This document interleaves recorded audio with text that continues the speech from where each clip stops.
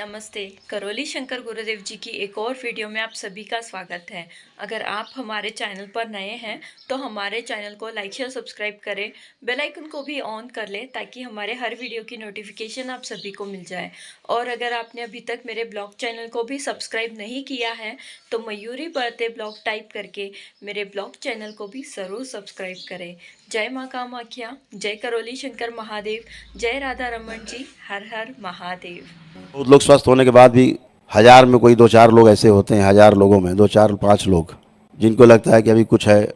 आप देखते हो चिल्लाते हैं, कुछ भी नहीं होता। हम लोग देखते हैं उनमें भी कुछ नहीं है। उनमें भी क्या होता है, उनका अपना स्वयं का जो शरीर है, जो मैंने बताया आपको कि आपके इस हाड़ मांस के शरीर के साथ 6 शरीर और हैं। इनमें से जो 3 शरीर हैं वो हमेशा सक्रिय रहते हैं। हमेशा 3 शरीर हमेशा सक्रिय रहते हैं और 3 शरीरों का अनुभव आपको भी होगा जो सक्रिय रहते हैं। पहला शरीर वो है जो हाड़ मांस का शरीर आपका सक्रिय, आप यहाँ जाते वहाँ जाते, आप देखते हैं सक्रिय, खा रहे हैं, पी रहे हैं, बोल रहे हैं, सुन रहे हैं। दूसरा शरीर वो है जब आंख बंद करते हैं आप, या खुली भी आंख है, आप बैठे हैं, कुछ सोच रहे हैं, यहाँ बैठे बम्बई पहुँच गए, दिल्ली पहुँच गए, अमेरिका पहुँच गए, माता पिता के पास पहुँच गए, बच्चों के पास पहुँच गए। तो ऐसा ये दूसरा शरीर करता है, ये सूक्ष्म शरीर है। तीसरा कारण शरीर है। दूसरा शरीर जो सूक्ष्म शरीर है, चिंता वाला शरीर है, चिंता करता है क्योंकि इसमें तमाम स्मृतियाँ हावी हैं। जो तीसरा शरीर है वो कारण शरीर है, जिसमें तमाम कर्मों के बीज छिपे रहते हैं। पिछले जन्मों में किए गए तमाम कर्म उसके बीज रहते हैं। समयानुसार आपके ग्रह नक्षत्रों के प्रभाव से शुभ या अशुभ जैसे भी आपने कार्य किए हैं उसके अनुसार भोग भोगने के लिए वो बीज अंकुरित होते हैं। वो जो बीज हैं, बीजों का अंकुरन उसी कारण शरीर में होता है। तो उसका भी अपना एक प्रभाव आप में रहता है स्थूल शरीर में। इसके पीछे फिर एक शरीर है, वो तुरीय शरीर बोलते हैं उसको, महाकारण शरीर बोल देते हैं कोई लोग उसको। सबसे करामाती शरीर है, जहाँ पर अभी हमने गणना की आपसे, ये चौथा शरीर है तुरीय शरीर। जो तीसरा शरीर है आपका कारण शरीर, वो चिंतन का शरीर है, जहाँ प्रकृति के बारे में हम चिंतन करते हैं, वो शरीर कारण शरीर कहलाता है। सही का चिंतन करते हैं, चिंता नहीं करते, चिंतन करते हैं। जैसे वैज्ञानिक लोग चिंतन करते हैं, नई नई खोज करते हैं। वैज्ञानिक जब टेलीफोन बनाए तो ये सोच के नहीं बनाया कि हिंदू इसको इस्तेमाल करेगा कि मुसलमान इस्तेमाल करेगा कि ईसाई करेगा कि सिख करेगा। यही चिकित्सा में है, वहाँ जाति धर्म ऊंच नीच अमीर गरीब का भेदभाव नहीं होता। तो ये सब तमाम शरीर जो हैं, चौथा शरीर जो तुरीय शरीर है, यहाँ तक स्त्री और पुरुष का भेद रहता है।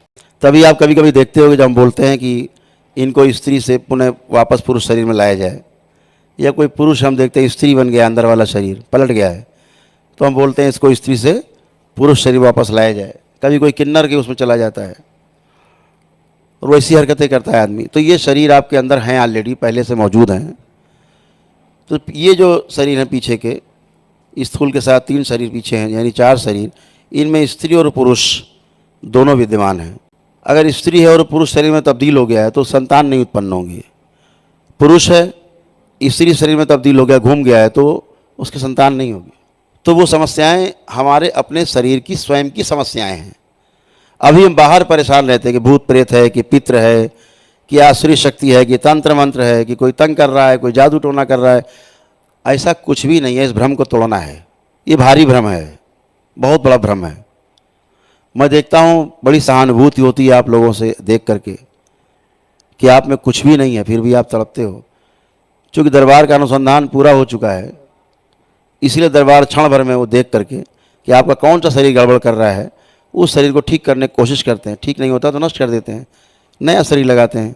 ब्रह्मा जी एक नया शरीर देते हैं, सुश्रुत को लगा देते हैं, आप स्वस्थ हो जाते हो। तो अब ये समस्याएं अभी इस कलयुग में लोगों को दिख ही नहीं रही है, तो समाधान कहाँ से होगा। पीछे का कोई शरीर बदमाशी कर रहा है, आपका आगे का हाड़ मांस का शरीर परेशान है। पीछे का शरीर अगर अंधा है आपका, अगर आपको मान लीजिए सूक्ष्म शरीर अंधा है, तो फिर धीरे धीरे आप अंधे होते जाएंगे। इससे आपको कोई रोक नहीं सकता, कोई दवा काम नहीं करेगी। पीछे के शरीर को कैंसर है तो इस हाड़ मांस के शरीर में धीरे धीरे कैंसर बनेगा, इसे कोई रोक नहीं सकता। तो दरबार क्या करता है, आपकी सूजन को, जो सूजन होती है, सूजन क्या है, सूजन हमारे नकारात्मक विचारों के कारण पैदा होती है।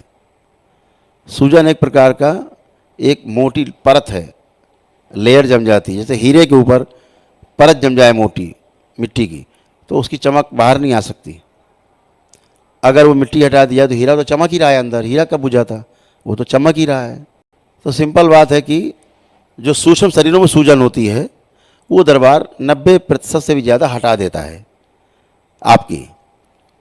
तो जो हाड़ मांस के शरीर में सूजन का जो दबाव आपके ऊपर होता है, भारी प्रभाव होता है, जिसके कारण आपको बड़े भ्रम रहते हैं और बड़ी समस्याएं, रोग, कष्ट, चिंताएं रहती हैं, वो कम हो जाती हैं। आप उसको तत्काल महसूस करते हो। 10% जो सूजन रह जाती है सूक्ष्म शरीरों की पीछे के, तो वो सूजन आपके पूजा पाठ से, दरबार से जुड़े रहने से धीरे धीरे करके वो 10% भी समाप्त हो जाती है। और ऐसा महीने 2 महीने में हो जाता है, समाप्त हो जाती है। सूजन अगर रह जाती है तो आपके हाड़ मांस के शरीर में जो ये मस्तिष्क है, इसमें सूजन रह जाती है। लेकिन पीछे के प्रेशर जब खत्म हो जाते हैं सूक्ष्म शरीरों के सूजन के, तो इस पर भी सूजन का प्रभाव बहुत कम हो जाता है। तो इसकी भी सूजन ऐसे मान के चलिए कि 60-70% मस्तिष्क सूजन पर भी प्रभाव पड़ता है, और आपकी सूजन का जो दुष्प्रभाव है वो आपके शरीर में बहुत कम हो जाता है। लेकिन जो सूजन रह जाती है हाड़ मांस के शरीर में, वो आपके नकारात्मक इच्छा, विचार, आशाओं के कारण ये उत्पन्न होती है।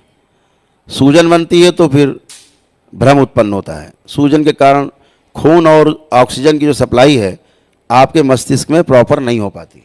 आपको जितना भी शरीर की ऊर्जा है ना, उसका 20% से ज़्यादा ये मस्तिष्क अकेले खा जाता है, आपकी ऊर्जा को प्रयोग करता है पूरे शरीर की, क्योंकि यही असली जनरेटर है, असली यही है। बाकी तो सब इसके द्वारा चल रहा है, अपने आप कुछ नहीं चल रहा है, सब इसके द्वारा चल रहा है। तो इसमें गड़बड़ी के कारण बाकी चीज़ों में गड़बड़ी शरीर में आती है, सभी जगह, पूरे शरीर में। तो इसलिए बार बार मैं कहता हूँ सबसे कि सूजन को जाना बहुत आवश्यक है। जब तक ये सूजन नहीं जाएगी तब तक आप स्वस्थ नहीं होंगे। सपोज आपको सूजन है और आपके पीछे के शरीर सो गए, तो आप कोमा में चले जाओगे। अगर सूजन है, पिछले के शरीर में आप दरबार से नहीं जुड़े हैं, तो पीछे के शरीर में सूजन है, इसमें है ही हाड़ मांस शरीर में, तो आप कोमा में चले जाओगे। फिर दुनिया की कोई ताकत आपको कोमा से बाहर नहीं ला सकती, क्योंकि इस पूरी पृथ्वी पर अभी ऐसी कोई औषधि भी नहीं बनी है जो आपकी सूजन को कम कर सके। ख़त्म करना तो छोड़ो, कम भी कर सके, कोई दवा नहीं बनी। ना ऐसी कोई दवा बनी आज तक पृथ्वी पर जो आपके मस्तिष्क में सीधे चली जाए। तो आज का वीडियो आपको कैसा लगा कमेंट बॉक्स में लिखकर ज़रूर बताइएगा। आगे भी इसी प्रकार के वीडियो देखने के लिए हमारे चैनल को लाइक, शेयर, सब्सक्राइब करें। बेल आइकन को भी ऑन कर लें ताकि हमारे हर वीडियो की नोटिफिकेशन आप सभी को मिल जाए। वीडियो को पूरा देखने के लिए धन्यवाद।